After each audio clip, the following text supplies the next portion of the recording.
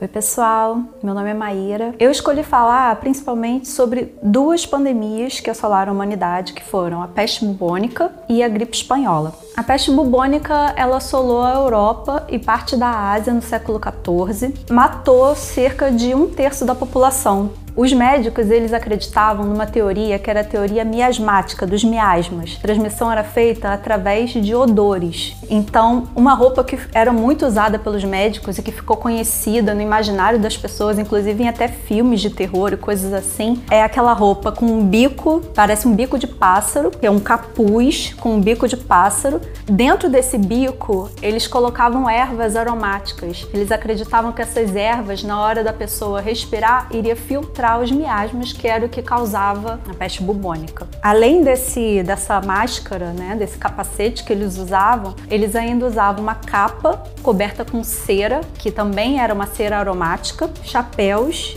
e luvas de couro. Também uma vara, que era uma vara bem comprida, porque os médicos eles não chegavam perto dos doentes, cutucavam os doentes com umas varas. Principalmente as pessoas mais pobres passaram a carregar também ervas junto do corpo como forma de proteção, tanto proteção espiritual quanto proteção mesmo dos miasmas, espantar o odor fétido que eles acreditavam que causava a doença. As pessoas também faziam muitas fogueiras para queimar essas ervas e purificar o ar dos odores fétidos, dos miasmas. Como as pessoas elas tinham seus corpos transformados pela peste, o corpo dessas pessoas passou a ser um símbolo de exclusão, era motivo para elas serem excluídas. Alguns medievalistas, que são autores que estudam essa época, eles estudam o medo que assolou as pessoas. E o medo, ele levou a duas coisas. Primeiro, essa negação de que existia algo.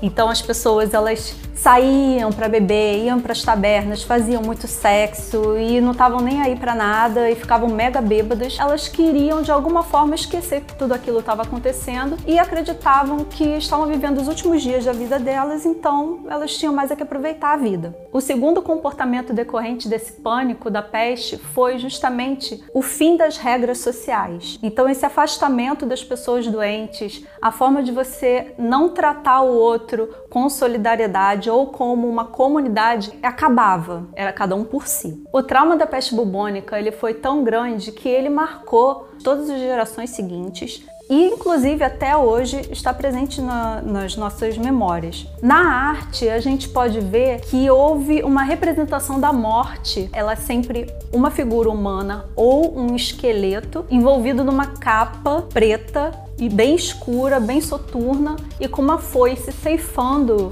os humanos. O castigo de Deus sobre os homens e que levava tanto pobres quanto ricos, independente de classe social.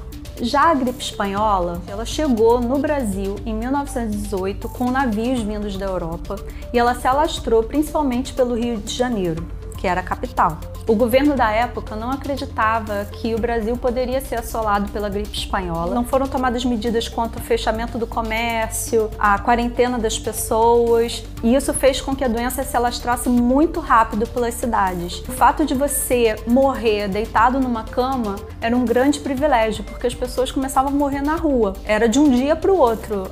Agora a pessoa estava bem, passava 1 hora, 2 horas, a pessoa caía no chão morta e ninguém chegava perto porque todo mundo tinha muito medo. Essas pessoas, elas eram enterradas em valas comuns do jeito que elas estavam. Não tinha coveiros suficientes para enterrar. Era um cenário de pânico e completo desalento para toda a população. Falando em questão de indumentária, a única coisa que o povo sentia que pôde fazer foi recorrer aos céus. Então as pessoas elas começavam a fazer manifestações religiosas, que na verdade eram procissões em devoção a São Sebastião, que era o padroeiro da cidade. Então a indumentária utilizada era a indumentária religiosa, com símbolos religiosos, terço, medalhinha.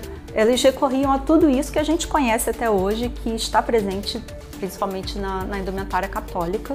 Com a vinda de Carlos Chagas para tentar organizar tudo isso, acaba que a gripe espanhola vai perdendo sua força e já no final do ano de 1918 ela já está bem fraca. Falando de indumentária, que é o foco aqui, o interessante é notar que o Carnaval de 1919 ele foi lembrado pelas gerações seguintes como o maior carnaval de todos. Foi a celebração da vida E nas palavras de Nelson Rodrigues, foi uma grande revanche contra a morte que aconteceu no ano anterior. Foi um carnaval em que as pessoas estavam enlouquecidas, tentando viver a vida e aproveitar a vida ao máximo e celebrar que eles estavam vivos e que eles tinham saído daquela situação. Muitas mulheres ficaram grávidas depois desse carnaval. Os filhos delas foram chamados filhos da gripe, os filhos da gripe espanhola. E esse carnaval ele satirizou nas marchinhas, nos sambas enredo. Tinha piada com sogra, de que ia levar a sogra para o hospital. Tudo se tornou uma grande sátira a